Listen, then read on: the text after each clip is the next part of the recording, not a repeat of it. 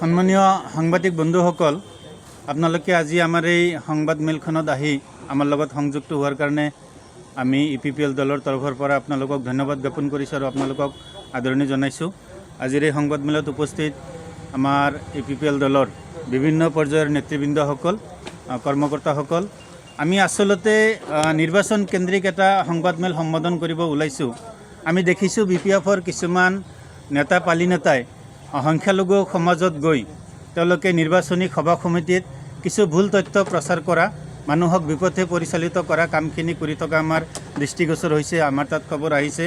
তো প্ৰথমতে বিপিএফ দলটো যে এটা সংখ্যালঘু বিদ্বেষী দল, তেওঁলোকে যে সংখ্যালঘুৰ তেজ খাই ভাল পায়, তেওঁলোকে যে সংখ্যালঘু মানুহখিনিক দিন দুপৰতে গুলীয়াই হত্যা কৰিছিল, তেওঁলোকৰ শাসনকালত যে ঘৰ বাৰী জ্বলাই সংখ্যালঘু মানুহখিনিক কেম্পত ৰাখিব লগা পৰিৱেশ হৈছিল, এই কথাখিনি আপোনালোকৰ সন্মুখত ৰাখিব বিচাৰিছোঁ। আজি যিজন বিপিএফৰ নেতাই সংখ্যালঘু অঞ্চলত গৈ মাইনৰিটি মানুহখিনিক বুজোৱাৰ চেষ্টা কৰি আছে যে ইপিপিএল দলটো সংখ্যালঘু বিৰোধী দল বুলি, তেওঁলোকৰ সেই নেতা এজনৰ কথা আপোনালোকৰ সন্মুখত ৰাখিছোঁ।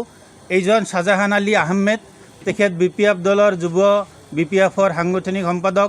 তেওঁৰ লিখনি এইটো, তেওঁ লিখিছে, বিটিএডিত পুনৰ তেজৰ চেকুৰা, চৰকাৰ আৰু উগ্ৰপন্থীৰ মিতিৰালিৰ ফলতে প্ৰাণ দিব লগা হৈছে সংখ্যালঘু লোক, শ্বাহজাহান আলী আহমেদ। এইজন শ্বাহজাহান আলী আহমেদ এটা সময়ত বিপিএফৰ বিৰুদ্ধে লেখামেলা কৰিছিল, বিপিএফৰ বিৰুদ্ধে প্ৰচাৰ কৰিছিল, আৰু আজি এই শ্বাহজাহান আলী আহমেদ কেৱল তেওঁৰ নিজৰ ব্যক্তিগত স্বাৰ্থ পূৰণ কৰাৰ বাবে সংখ্যালঘু অঞ্চলত গৈ আমাৰ ইপিপিএল দলৰ মাননীয় প্ৰমোদ বড়ো ডাঙৰীয়া আৰু ইপিপিএল দলৰ বিৰুদ্ধে প্ৰচাৰ কৰা দৃষ্টিগোচৰ হৈছে।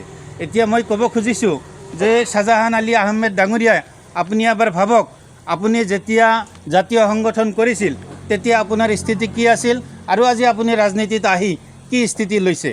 মই আকৌ কৈছোঁ, হাগ্ৰামা মহিলাৰী ডাঙৰীয়াই সংখ্যালঘু মুছলমানৰ কেতিয়াও ভালপোৱা নাছিল, তেওঁ মুছলমানক হত্যা কৰা এটা দল। আপোনালোকে জানে, এবিএমচিৰ প্ৰয়াত সভাপতি শ্বহীদ লাফিকুল ইছলাম আহমেদ ডাঙৰীয়াক কোকৰাঝাৰ তিতাগুৰিত দিন দুপৰতে গুলীয়াই হত্যা কৰা হৈছিল, আৰু সেই ঘটনা যেতিয়া CBI তদন্ত কৰিছিল, CBIৰ চাৰ্জশ্বিটত 3জন ব্যক্তিৰ নাম উল্লেখ কৰিছিল। আপোনালোকক এই ফটো সহকাৰে দেখুৱাইছোঁ। এইকেইজন বিপিএফৰ কৰ্মী, আপোনালোকে জানে, দিগাংকৰ মুছাহাৰী, ভদ্ৰেশ্বৰ বসুমতাৰী আৰু ৰূপা ব্ৰহ্ম, এই 3জন বিপিএফৰ ইউথ কৰ্মী আছিল। তেওঁলোকে লাফিকুল ডাঙৰীয়াক দিন দুপৰতে গুলীয়াই হত্যা কৰিছিল। এতিয়া আহিছোঁ আচল কথাটো। আমাৰ BTR চৰকাৰে যোৱা 4 তাৰিখে চিডলি ৰাজহ চক্ৰৰ অন্তৰ্গত 1868 টোটেল ফেমিলিক মাটিৰ পট্টা প্ৰদান কৰিছে, ছেটেলমেণ্ট কৰিছে। তো কথাটো হৈছে এনেকুৱা, বিপিএফ দলৰ যিখিনি সংখ্যালঘু নেতাকৰ্মী, তেওঁলোকে বিচৰা নাই ইপিপিএল চৰকাৰৰ জৰিয়তে মুছলমানসকলক মাটিটো দিয়া হওক, মাটিৰ ছেটেলমেণ্ট দিয়া হওক, পাট্টা দিয়া হওক, আবণ্টন দিয়া হওক, এই কথাখিনি তেওঁলোকে বিচৰা নাই। আৰু তেওঁলোকে এতিয়া এটাই ৰাজনীতি কৰি আছে যে আমি আকৌ চৰকাৰত আহিলে মুছলমানৰ মাটিৰ সমস্যাখিনি সমাধান কৰিম। মই এই সংবাদমেলৰ জৰিয়তে হাগ্ৰামা মহিলাৰী আৰু তেওঁৰ খুৱে বাবে থকা মুছলমান নেতাসকলক সুধিব বিচাৰিছোঁ, আপোনালোকে যে 15 বছৰ BTCত শাসন কৰিলে, কেইজন মুছলমান মানুহক মাটিৰ পট্টা দিছে, এলটমেণ্ট দিছে, ছেটেলমেণ্ট দিছে, তাৰ তথ্য ৰাজহুৱা কৰিবলৈ তেওঁলোকক প্ৰত্যাহ্বান জনাইছোঁ। আপোনালোকে এইটো জানি ভাল পাব যে আমাৰ BTR চৰকাৰে যিখিনি এলটমেণ্ট দিয়া ডকুমেণ্ট, এই ডকুমেণ্টখিনি তেওঁলোকে টেম্পাৰিং কৰিছে, কম্পিউটাৰত এডিট কৰি ৰাইজৰ মাজত বিতৰণ কৰা আমাৰ দৃষ্টিগোচৰ হৈছে। এইটো হৈছে আপোনাৰ অৰিজিনেল ডকুমেণ্ট, আমাৰ BTR চৰকাৰে দিয়া এইটো হ'ল অৰিজিনেল ডকুমেণ্ট। আৰু এই ডকুমেণ্টটো হৈছে তেওঁলোকে কম্পিউটাৰত এডিট কৰি টেম্পাৰিং কৰি ৰাইজৰ মাজত বিতৰণ কৰি বিভ্ৰান্তিকৰ এটা পৰিৱেশৰ সৃষ্টি কৰিছে। তো ইতিমধ্যে ইয়াৰ ওপৰত আমি আইনী ব্যৱস্থা গ্ৰহণ কৰিছোঁ। নিশ্চিতভাৱে আমাৰ প্ৰশাসন তথা আৰক্ষীৰ ওপৰত বিশ্বাস আছে।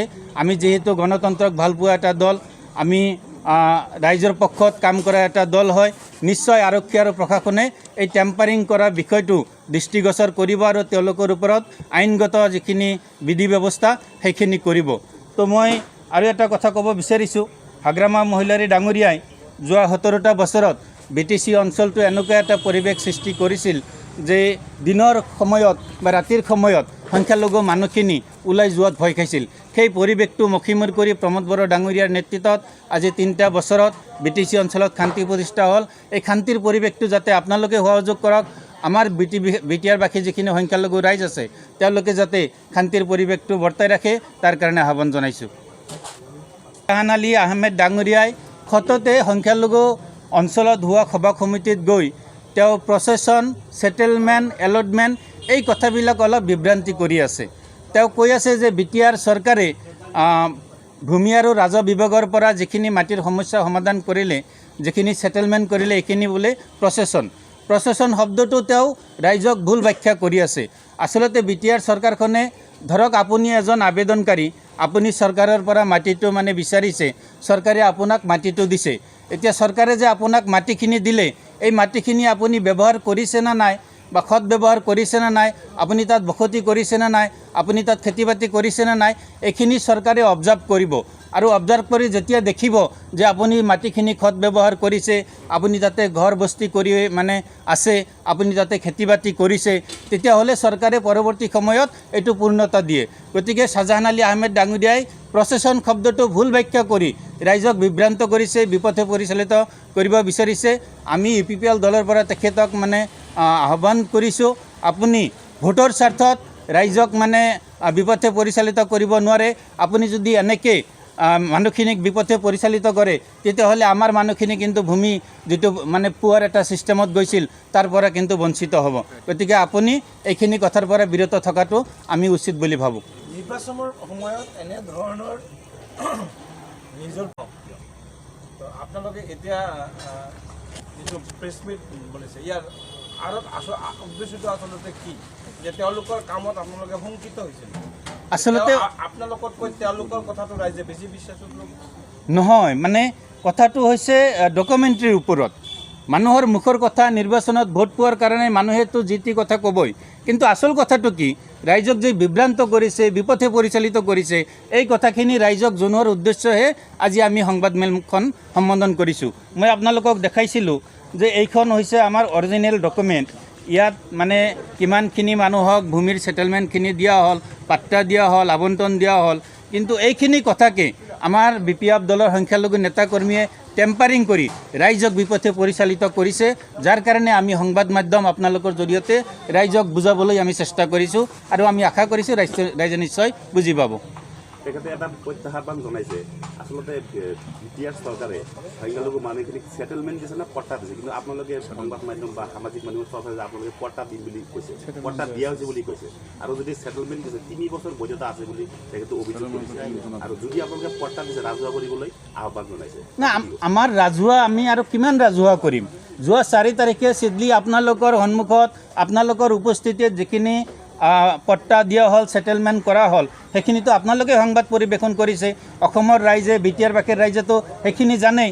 আচলতে শাহজাহান আলী আহমেদ আৰু BPF দলৰ কিছু নেতাই ভয় খাইছে যে প্ৰমোদ বড়ো ডাঙৰীয়াই 17 বছৰে নোহোৱা কাম এটা যিহেতু কৰি আছে, মুছলমানসকলৰ মাটিৰ সমস্যাখিনি সমাধান কৰি আছে, এনেকৈ যদি তেখেতে আগবাঢ়ি গৈ থাকে, BPF-ৰ প্ৰতি মুছলমান মানুহখিনি মানে আকৰ্ষিত নহ'ব, তেওঁৰ পক্ষত নাথাকিব। তেওঁ সেইকাৰণে ভয় ভাবুকিৰে BPF দলৰ যিটো চৰিত্ৰ, মানুহক ভয় ভাবুকি, টকা পইচা তেনেকুৱা প্ৰলোভন দি ভোট মানে আদায় কৰাৰ যিটো অংক, সেইটো বিফল হোৱাৰ ভয়তে এনেকুৱা অপপ্ৰচাৰ কৰি আছে। তেনেকুৱা একো কথা নাই, তেনেকুৱা একো কথা নাই। তেওঁলোকে সম্পূৰ্ণ মানুহখিনিক বিপথে পৰিচালিত কৰিছে। আৰু চৰকাৰৰ মই সেইকাৰণে কৈছোঁ, শাহজাহান আলী আহমেদ ডাঙৰীয়াই টেম্পাৰিং, মিছা অভিযোগ এইবোৰৰ মানে দিয়াৰ ফলত আমি ইতিমধ্যে আইনৰ দ্বাৰস্থ হৈছোঁ আৰু আমাৰ আশা আছে চৰকাৰ তথা প্ৰশাসনে এইখিনি ব্যৱস্থা কৰিব। আৰু বাৰে কৈছে ছেটেলমেণ্টৰ কথাটো কৈ আছে যে সিহঁতে কৈছে মাটিৰ, আমি আচলতে সিহঁতক পাট্টা, এতিয়া পাট্টা আৰু ছেটেলমেণ্টৰ বিষয়ে সিয়াৰ জ্ঞান নাই, 1 নম্বৰ কথা। আৰু এটা কথা, আমাৰ চৰকাৰে ছেটেলমেণ্ট দিছে, আচলতে ইয়াতে সামগ্ৰিকভাৱে এটা কথা আমি স্পষ্ট কৰি দিব বিচাৰিছোঁ, BPF-ৰ নেতাকৰ্মীসকলে আচলতে ভয় বা শংকাত যে ভুগি আছে, এইটো একদম জল পটপট হৈছে। কাৰণটো মই কৈছোঁ, এই আজিৰ তাৰিখত যে আমাৰ চৰকাৰে ছেটেলমেণ্ট দিছে, বিগত 17 বছৰত সিহঁতে ৰাজত্ব চলালে।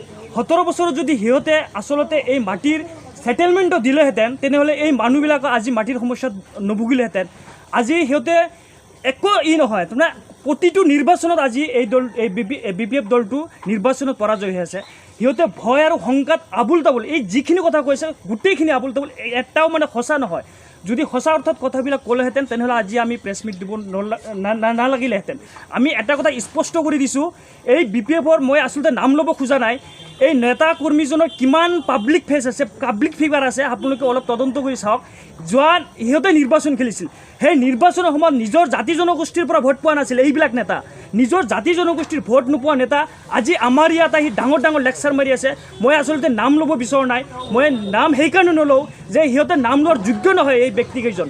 মই এটা কথাই সকীয়াই দিছোঁ সিহঁতক যে আমাৰ মাজত যদি আকৌ এনেকুৱা ভুল প্ৰচাৰ কৰে তেনেহ'লে কিন্তু ইয়াৰ পিছত যদি কোনো ধৰণৰ তেনেকুৱা ধৰণৰ বেমেজালি সৃষ্টি হয় সেইটো কিন্তু সম্পূৰ্ণৰূপে সেই লিডাৰখিনি দায়ী হ'ব।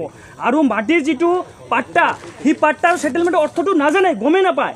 আজি 17 বছৰত যিখিনি মাটিৰ পাট্টা দিব পৰা নাই, মাটিৰ যিটো ছেটেলমেণ্ট দিব পৰা নাই, আজি আমাৰ চৰকাৰে দিছে কাৰণে আজি সেইবিলাকে সিহঁতে ভয়ত আছিলে এনেকুৱা ধৰণৰ আমাৰ বিশেষকৈ আমাৰ সংখ্যালঘু সমাজটো তেনেকুৱা ধৰণৰ এটা মিছা ধৰণৰ প্ৰবলন দি আছে। সেইকাৰণে আমাৰ ৰাইজ, আমাৰ শ্ৰদ্ধাৰ ৰাইজসকলকো আমি আহ্বান জনাওঁ যে আপোনালোকে মিছা কথাত আপোনালোকে ভুল নাযাব। ইতিমধ্যে আমাৰ ডাঙৰীয়া এজন কৈ গৈছে যে আচলতে গোটেইখিনি কথা তথ্য সহকাৰে দেখাই দিছে। সেইকাৰণে মই ভাবোঁ যে আমাৰ চিডলিবাসী ৰাইজক আচলতে আমি বিশেষকৈ আমাৰ সংখ্যালঘু যি সম্প্ৰদায়ৰ লোকৰ মানুহসকল আছে সেই মানুহসকল যাতে আমাৰ যি ব্যক্তিসকলে ইতিমধ্যে একদম গোটেইখিনি বস্তু ডকুমেণ্টাৰী দেখাই দিলে সেই কথাটোত আপোনালোকে চাব লাগে আৰু বিভিন্ন ধৰণৰ যি কথাবিলাক কৈছে সেই কথাবিলাক যাতে ভুল নাযায় সেইকাৰণে আচলতে আমি কথাখিনি অৱগত কৰাইছোঁ। मोनसे गोजोनथाव फोसावथाय क'क्राझार सोहोराव गोदानै बेखेवदों क्रिमसन क्लाब मुंनि गंसे गोदान जिनि गला। क'क्राझार सहरनि बिशाल मार्केटनि साहा जेडि रडनि साखाथियाव थानाय US पल' प्युमा किलार ब्रेन्ड गलानि साखाथियाव गोदानै बेखेवदों क्रिमसन क्लाब मुंनि गलाखौ। हौवा हिन्जाव आरो गथ'साफोरनि थाखाय बायदि बायदि रोखोमनि गानग्रा जोमग्राफोरखौ नोंथांमोना क्रिमसन क्लाबाव मोननो हागोन। मख'नो गोनांदि गोदानै बेखेवनाय जिनि गलायाव हौवा हिन्जाव आरो गथ'साफोरनि गानग्रा जोमग्रा जेरै लंपेन्ट, शार्ट, टि शार्ट, टपि बायदि बायदि जि जोम बायोब्ला नोंथांमोनहा मोननो हागोन डिसकाउन्टजों लोगोसे अफार। गोबाव खालामाजासे खनसे भिजिट खालामदो क'क्राझार सोहोराव गोदानै बेखेवनाय क्रिमसन क्लाब जिनि गलायाव। लोगोसे नोंथांजों गोरोबनाय समायना रमायना गानग्रा जोमग्राफोरखौ लानानै थांनो हागोन क्रिमसन क्लाब गलानिफ्राय। खुलुमबाय क'क्राझार। एक्चुअली मैं एरिया VM हूँ। क्रिमसन क्लब स्टोर हमारा ओपन हुआ है कोकराझार में 26 नंबर EVS स्टोर है। तो हमारे यहाँ पे मेंस, वोमेंस, किड्स 3 सेक्शन मिलेगा।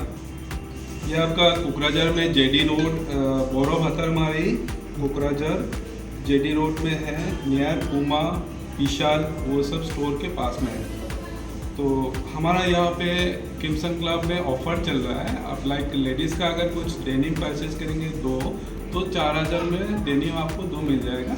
अगर मेंस का डेनिम कुछ भी अगर 2 परचेज करें 4500 में मेंस का डेनिम मिल जाएगा। बाकी 3999 से ऊपर अगर शॉपिंग करें 500 डिस्काउंट है। 6999 से ऊपर अगर शॉपिंग करें मतलब 7000 से परचेज करने पे 1000 रुपीज़ ऑफ है।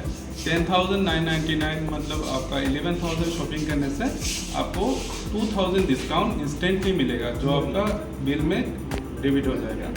तो आप लोग आइए यहाँ पे शॉपिंग करने के लिए। नियर विशाल है तो बोरा भतरमारी JD रोड। तो ये क्रिमसन क्लब का एक्सक्लूसिव स्टोर है। यहाँ पे आपको न्यू कलेक्शन अवेलेबल मिलेगा, हर टाइम मिलेगा। कुछ ना कुछ तो ऑफर चलता ही रहता है एवरी फॉर द ईयर।